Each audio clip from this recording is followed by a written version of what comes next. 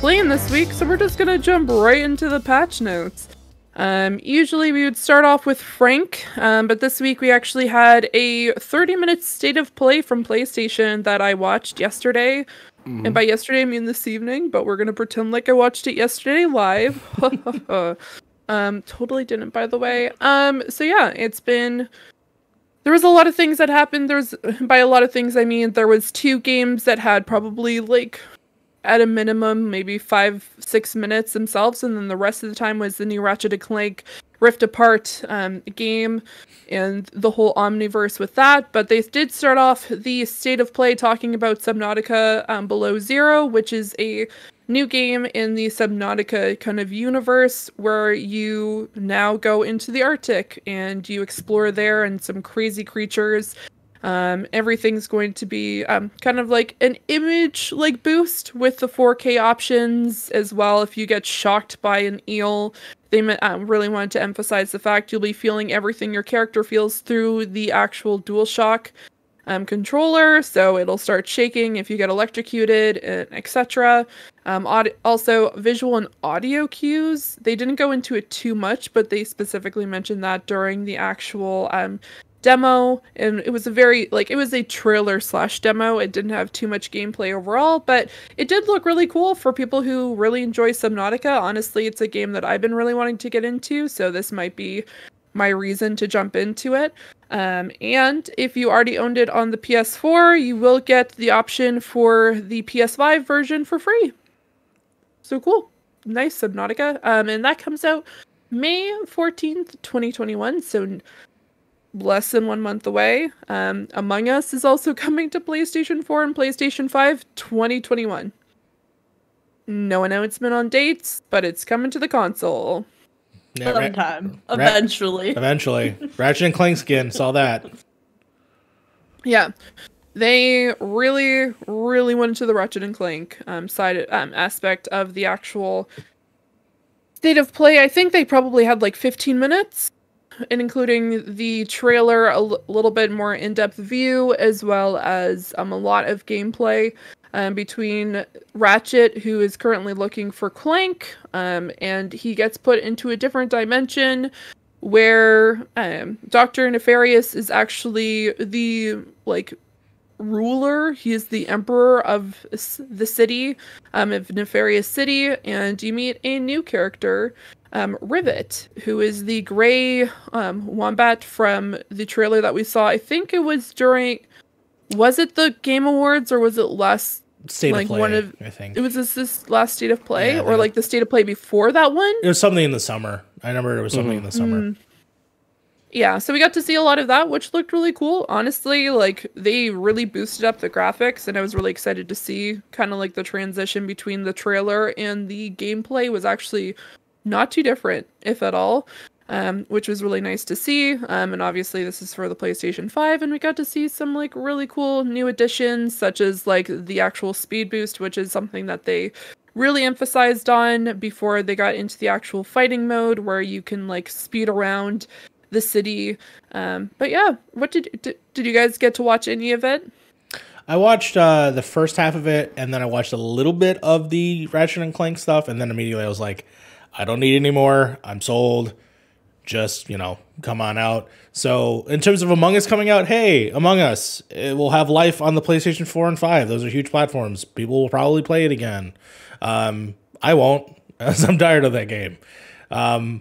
Subnautica is not my thing, but at the very least, it did look improved versus the last one. I know a lot of people actually like the last one, but yeah, this one, I mean, from the enhancements, I can visually see them. So I'm like, hey, good for them. When it comes to the Ratchet & Clank, yeah, I'm personally just ready for this game. I love the 2016 one when they remake the original game in cahoots with the movie that was coming out. And honestly, Insomniac has been knocking it out of the park, especially ever since, if I'm not mistaken, I almost called it Ready Player One. It's Sunset Overdrive is the game. From Sunset Overdrive up until now, it's just they just been cracking homers all the way through. So I'm excited. Just by looking at it, I'm immediately already imagining, all right, what about a true PS5 version of Spider-Man? Please give me that, because if they're already putting so much like love and respect into this, I can't wait to see all that tech moved on to that game. So I don't know. What did everybody else feel about that? My only foray into Ratchet and Clank are the first 3 games. I haven't played the remake or any of those newer ones. Yeah. The first 3 games are really awesome. I hope that this game keeps that spirit. I do like the little kind of time travel moves. I haven't watched any of the trailers because I don't want to get spoiled on any of the new stuff. But yeah, I'm definitely gonna play it. I mean, it's a game that's coming out on the PS5, and we don't have very much of those right now, other than Returnal, which I'm excited for, but I'm not willing to pay $70 for at the current moment. Sorry, guy who was talking about buying games at full price at release. I don't want to spend $70 right now. Not to mention we have another game that's like Pokemon Snap is also this week, and I'm just like, no, I just can't do it. I can't do either. I'm just not going to do it. And then Resident Evil's next week. It's just like I can't afford it. I can't afford it. It's either Returnal or Mass Effect Collection, and I'd rather play Mass Effect Collection right now. Oh my god, that too. I didn't even think about that. Yeah, there's a lot of games coming out over the next month. I personally never played a Ratchet and Clank game before. I honestly, like, one of the things that like really stood out to me was like the amount of accessibility modes that they introduced and showed in the actual trailer, which includes a lot of like different types of controls, visual cues, the actual like vibration settings, and like there is an entire list, and they said that that's not even all of it. So I'm really interested to see where they actually move with the actual game moving forward. I don't know if I'm going to personally play it myself because I have, like I said, I haven't played a Ratchet and Clank, but they did say that this is a standalone game, and that if you haven't played one before, that you can still enter the universe and not get confused, which is kind of great to hear. Just because I feel like when it comes to like Ratchet and Clank, like, yes, there's the older players who will probably play it, but there's a lot of kids who will probably play it as well, so that kind of gives them an opportunity to like be able to just jump into this universe and have fun with it. But yeah, I like I said, I'm really excited for people who really love Ratchet and Clank. Among us, I feel the same way that you do. I'm a little bit tired of the game, but it's cool to see that it's coming to PlayStation. And honestly, I think out of the 3, the game that I'm probably the most excited for is Subnautica. Just like I said, probably going to jump into it just because it seemed like a fun game. I really liked Abzu, and I like underwater, like marine biology, stuff like that, even though obviously there's crazy stuff that does not exist in this world. I completely understand that, but it seems like a entertaining game. It's apparently that it's full of jump scares though, so we'll see how that goes for me. But yeah. Sly, how do you feel about the state of play? Yeah, I'm same as you. I haven't played a Ratchet and Clank game before, but looking at all the settings and accessibility features, if I have the money at some point, I'll probably pick it up. Yeah. It's definitely not something I'm going to pick up, you know, I was going to say at release, but I was going to say, because I think right now, if it's not still available, you should be able to get Ratchet and Clank 1, the 2016 one, for free. So I would lock those in at the least just to grab it. Did it pass? It was with the home and play, like it wasn't a game group. What was the group of games when the PS5 first came out? There was a bunch of... It's in the collection, which if you have PS Plus, you could just always play it, but it is free just because. Yeah. Because there's a home and play initiative where there's a slew of games that are free right now, and that's one of them. So I would recommend picking that up just to lock it in, and then if you feel like trying it out, it's fantastic. If you want to dabble back into Ratchet and Clank, that is a way to do it. Now, if it's not available anymore, it is available if you ever have not Game Pass. If you ever have Xbox, PlayStation Plus, all these names are stupid, by the way. You could eventually play it that way as well. But at least want to remind people that there are free games out right now that you can try, including The Witness. The Witness is free. Wow. Wait, the game that Harv told me to buy. Yes, is free. Yeah, on PlayStation. Yeah, Harv, the game you like, it's on free, right? Ah, damn. Damn, look at him. Damn. Damn. Gotta put the cats back Man. up. But yeah, that is on there. Yeah. Yeah. Cool. Well, yeah, that was it for the state of play. Hopefully we get to see even more during E3, but Yeah, we'll see. we'll see. Woo. All right. Yeah. So over to you, Frank. All right, guys. Our next article comes from Polygon. A golden Wii designed for Queen Elizabeth is up for sale by ONS Good. So, guys, a golden Wii that was commissioned for Queen Elizabeth by THQ was up for auction for $300,000. The Wii was never given to the Queen, either though it was delivered to the palace, and instead it ended up in a collector's possession instead. The commission was made as a marketing ploy by THQ after she had said that she really liked Wii bowling. I remember that quote actually. Yeah. I know a little bit more of the story than what was in the article, but like apparently THQ just was making this like Wii knockoff, like Wii Sports knockoff, but it had like everything nobody really wanted, like horseshoes and like just weird random other mini games, right? So then like I guess the Queen came out and said like, "Hey, I like Wii bowling." So then THQ's like, "Make her a Wii." And they did. They a 24-karat gold-plated Wii complete with controller. And then they delivered it to the palace, and then they just didn't give it to the Queen at all. I don't know if she even knows this thing exists. It went into Harry and William's been on record. She does. Maybe. Who knows? I mean, if you were the Queen, you would probably take it, right? If you knew. But like, it ended up in some other dude's hands. I don't remember the actual guy's name, but he's now selling it for like $300K. Would you buy a Wii for 300? Like, if you had baller money, would you really, of all consoles, buy a fucking Wii for 300K? No, especially if it didn't go to the fucking Queen. Like, if the Queen didn't actually, it was at least in the palace. Sure, I could be in the palace if I visited. Yeah. You know, fuck that. No, Yeah. I don't know. I don't know if I'm in the minority there, but like, there's a lot you could do with $3,000, and it's this ain't It's it. more than 300,000. 300,000. Sorry, 3,000. fucking no. Yeah, you could. No, that's 3 times the circle money. No. Yeah, you could buy. You could probably gold plate anything else and still have money left over. You could probably gold plate a controller. I think Linus Tech Tips did it. He gold plated an Xbox Series X controller, and he spent $100K. So you can gold plate something a lot more useful and still be in a profit instead of buying a $300,000 Wii. But I do have some questions for you guys. What do you think the Queen plays nowadays?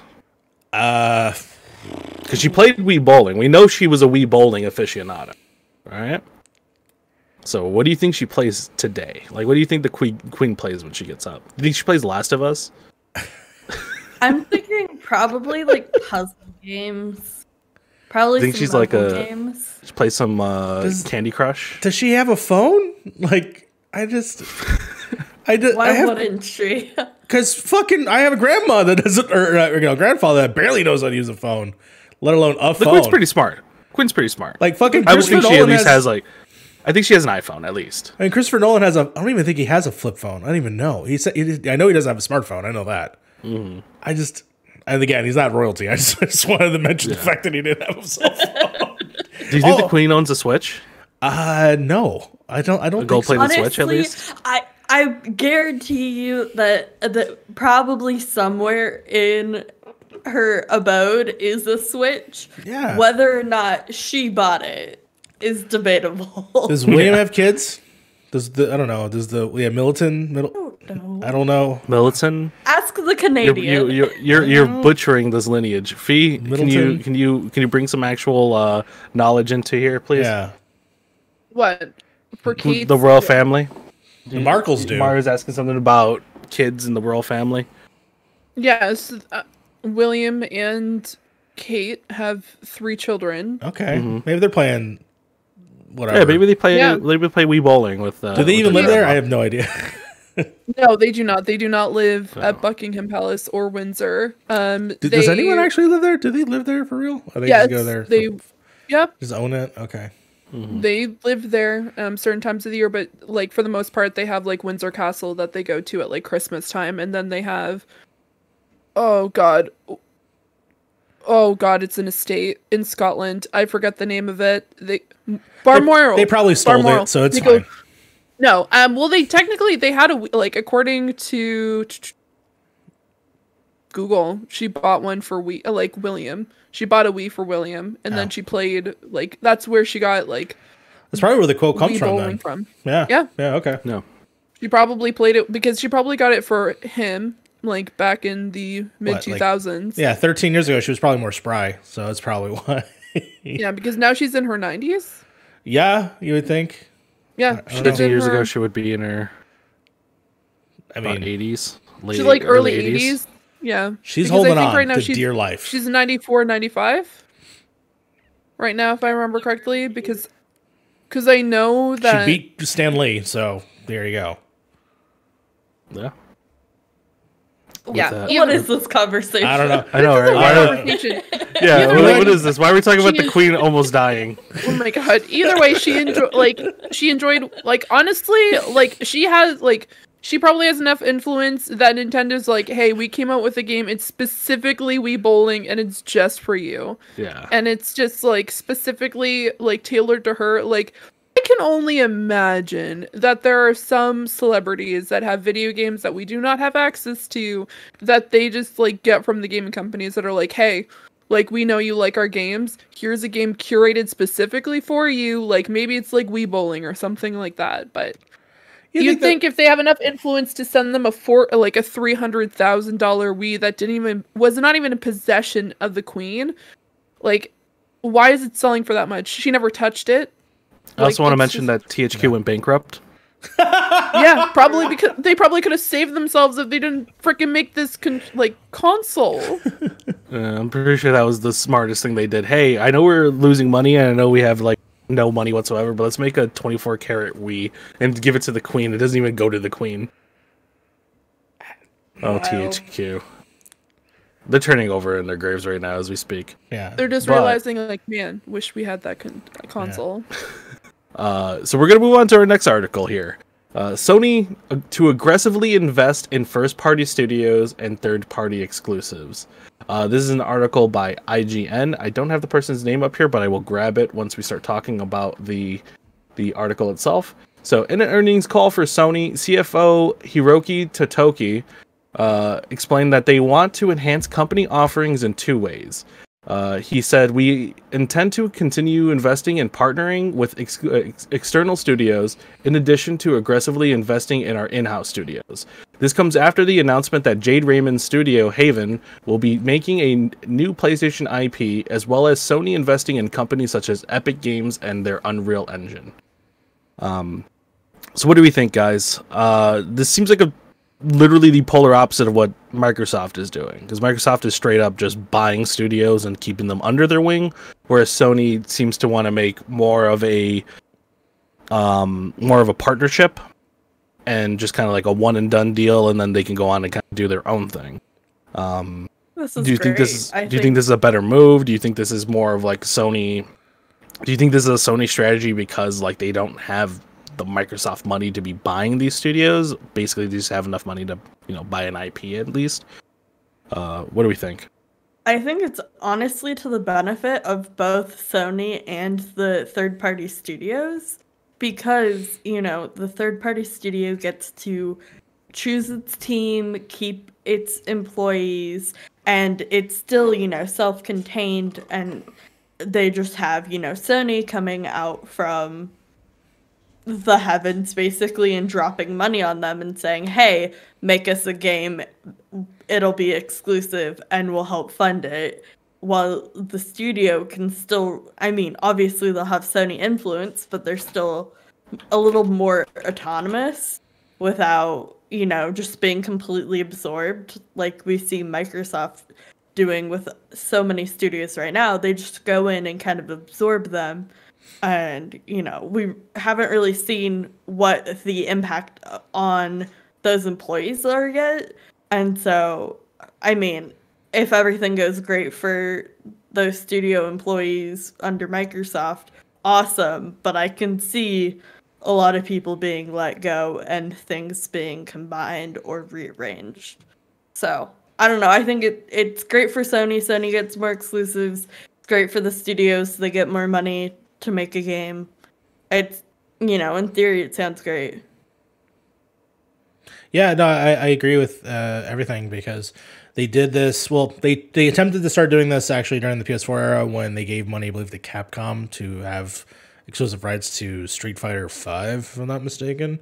That had varying results. I think that was probably mostly due to just development stuff. But yeah, I mean, just investing in other people, I think, is super solid. In the same way how Microsoft did create some new studios too, with like Black Tusk, the Coalition, and then I believe the Playground is a new initiative or something like that. One of the new stuff that they're building for the new Fable game. So yeah, it just makes sense to start investing in and building out that future. And we'll eventually see these games probably within the next 5 years as these things take time. So investing in your future now is a super solid idea. Yeah. And we lost Fee. Did we lose Fee, or is she? Just 1 second. Okay, take your time. But otherwise, yeah, I'm happy for what they are outputting now. I will say this. I hope that these are actually going to be titles that are a little bit different from the mold, because within the last few weeks, we've been hearing things of studios remaking games and sticking to a certain mold that I want to see new and inventive things. Kind of like Returnal. Returnal is, originally these like twin stick shooter company that, with Housemarque, they do, pretty cool indie games. And now this is their first time doing a AAA, like better version of what they do. So as long as it's different, I think that's interesting. Keep it weird, keep it interesting. Yeah, I definitely think more. I don't like the idea of there being more exclusives. We know how like Sony loves to just like eat up like just parts of a game, and then like every other company just gets a little piece of it, and then customers have to then spend $70 on like a third of their game. But I do agree that not buying a studio is great, because it still gives that studio a lot of freedom. It also depends on the studio as well. Some studios probably do need that under the wing treatment where like they have to become a first party studio to survive. Yeah. I'm sure like Don't Nod wouldn't probably survive without that under the wing thing. As we've seen, like, Psychonauts 2 has kind of been in development hell for a very, very long time. But I do agree with Sony on this, though. I think it's a good idea to just create partnerships instead of just, do that. But at the same time, I do hope that it isn't necessarily so exclusive that we won't see them anywhere else ever. Games like Persona 5 or anything like that come to mind. I don't know. What do you think, Fee?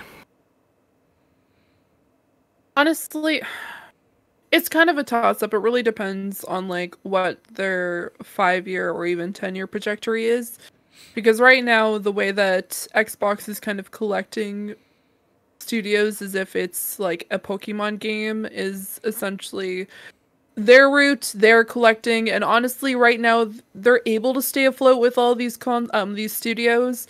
But as we saw with, for example, Google Stadia earlier this year, we saw my apologies, it was 3 specific studios all closed because of the move that they made to not release their own internal games.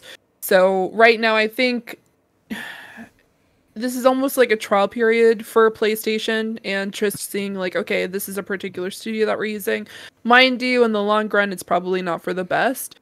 But I also don't think the way that Xbox and Microsoft is currently just collecting a bunch of studios, it kind of concerns me. I know that people like Disney are doing the exact same thing where they're just collecting different studios and channels and etc. But honestly, it's like kind of a toss-up. Like, if it means that we get to see like different creative styles throughout their games over the next 5-10 years, then by all means, like, Sony's going in the right direction. But I'm also concerned about jobs and like, okay, so they hired a bunch of people on to work on this one particular Sony game, and now they are not needed anymore. So it's kind of an ebb and flow. I know this is me being a little bit in the middle of the road trying to figure out. It's mostly because like there's two major hitters that are doing two completely different things. We have Microsoft doing their own thing, and we see Sony doing theirs. And it doesn't mean that they're not doing the incorrect or correct thing at this point. I'm just interested to see what they do moving forward doing this and what their game plan is. Because it also means that it might be easier for them to drop certain titles or like make any sort of large changes, or maybe even the treatment of the people that are working in the studios and the people who are working on these games. Like, okay, so Microsoft might have a set specific standard. What's Sony's idea with this other company? Like, who knows what's happening there? So I wish I could give a definitive answer of how I felt about this. It's just, there's a lot of factors here that time we will don't get tell. to see on their side. Time will tell. In 5 years, I might be like, man, Sony made the right move. Like, Microsoft done fucked up. Who knows? Who knows what's going to happen by that point? But for now, I think they're taking their own way, and Microsoft is doing theirs. Obviously, we have Nintendo being Nintendo, and then we have a bunch of cloud services. Drunk. Yeah, I did have a conspiracy theory though, real quick. I just want to connect some dots and Pepe Sylvia. All right, if you catch me. So, if Sony is looking to invest into third-party studios or third-party exclusives, Yeah. there is a company that I've been hearing that actually has been making a couple of products that are behind the scenes nobody knows about, and I'm shocked by. We also know that there's some rumblings here that there's supposedly a Metal Gear Solid remake or something happening. Talk about Blue Point. I don't know if it could be a combination of Konami, because I'm hearing Konami is actually in small development of some projects now, and I just heard something recently. So if this is their way of like, hey, we're going to co-op with Konami, and then maybe they are co-oping with Blue Point or whatever the hell Blue Point ends up working on, then hey, maybe this is the start of that, and that this is what we're first hearing. And we're going to get some Metal Gear Solid games, but exclusively the PlayStation. A man could dream. I mean, they were basically exclusive for a long time anyway. Yeah. Until, I think, the last 2 games, right? 3 games. Yeah. Well, no, the last generation, I guess. Yeah. Yeah. Time will tell. Well, what's the next article there, Frank? All right. So oh, by the way, that article came from Joe Screbbles at IGN. Joe What a name. Screbbles. Yeah, what a made up name. For forgetting your name, but they're made up name. No, that's an inside joke. Never mind. Continue. Our last name, our last article comes from nobody. Actually, I don't think I actually just pulled this. I think I just wrote it. Just pull it straight from E3. E3 is the one that announced it, right? E3's website. Yeah, their Twitter. Yeah. E3 2021 announces its digital event hosts. So little is known about the new E3 2021 event and how it will be formatted, but we got some this week as its hosts have been announced. So hosting E3 2021 will be Greg Miller, Jackie, I don't know how to say your last name, Jackie Jing, and Alex Mendez will be giving in-depth commentary as the event goes on. E3 2021 will take place digitally over 4 days on June 12th through 15th. We will be talking about E3 here at Point of Progress. I don't know how much we can talk about at what capacity, but we'll talk more about that later. Yeah, I guess that's cool. I'm probably not going to watch their commentary, be real with you. I don't really... I don't think I even watched Jeff Keighley's commentary last year, so I don't even know how he did. I just kind of watched the trailers for E3. I more watch it for the events than the actual people that, are influencing it. I mean, obviously, I think I'll have a lot to say. I will be watching majority of this, primarily because both Greg and Alex are people that I've got the chance to meet and were really nice and super sweet to me. And I think having a front-facing person as part of E3. Now, we all had collectively okay, Jeff Keighley is the one. But he decided to step out even before E3 was even all digital. And he's sort of doing his own thing, and he's got the Game Awards, and I think that's great. Having Greg and Jackie and Alex, who aka Golden Boy, be in charge of something like this, I think is actually great, because this is the first time this has ever really truly happened in this way. It's interesting because E3 is going to have its own front-facing thing, but then you're going to have IGN doing something. You're going to have Kind of Funny doing something. You're going to have this and that. And so it is interesting. I'm wondering how in-depth this will be. I have no idea, but I'm excited by the concept, and I'm willing to give it a shot at the very least. But I also know that, Kind of Funny said they would have Greg on all of their reactions as well. So he's pulling, double duty there. Yeah. So we'll see how that goes. But yeah, it's grad weekend for my college, so we'll see how much Pip stuff I'll be able to take part in. But yeah, no, I think it's great that they're putting this out there, that they're getting some big names to kind of be the face of this new digital E3. We'll see how it goes. Like, who can say? Yeah. I do want to say shout out to Greg Miller and his wife, Jen, for having a baby. Congratulations to both of you. I can't wait for Egon Miller. It is exciting. It's been so many baby announcements. I know. In the past, recently with the What's Good ladies and now Jen. It's just gonna be a baby party. In COVID times, you're at home. Right? Why not? I mean, I imagine we're gonna have the new boomers that everyone's gonna be yelling about in the next 50 years. So we'll see. Yeah, I know. I follow a lot of dancers for Pacific Northwest Ballet on Instagram, and a couple of the dancers at the beginning of quarantine were like, might as well have a baby because we can't perform. So, it's a good time for it. Yeah, there you go. Weird time, but, there we go. Yeah. So awesome. Yeah, congratulations, Greg and Jen, and yeah. Yeah, congratulations to Greg and Jen. I have no idea who you are, but Jen's the homie. We love her. Jen is great. Good job on the pregnancy. Good job. Proud of you. They're going to apparently have a podcast where they just talk about it, so I'm excited. Well, I'm give it a details. For that. I'm sure you'll tell us all about it. No.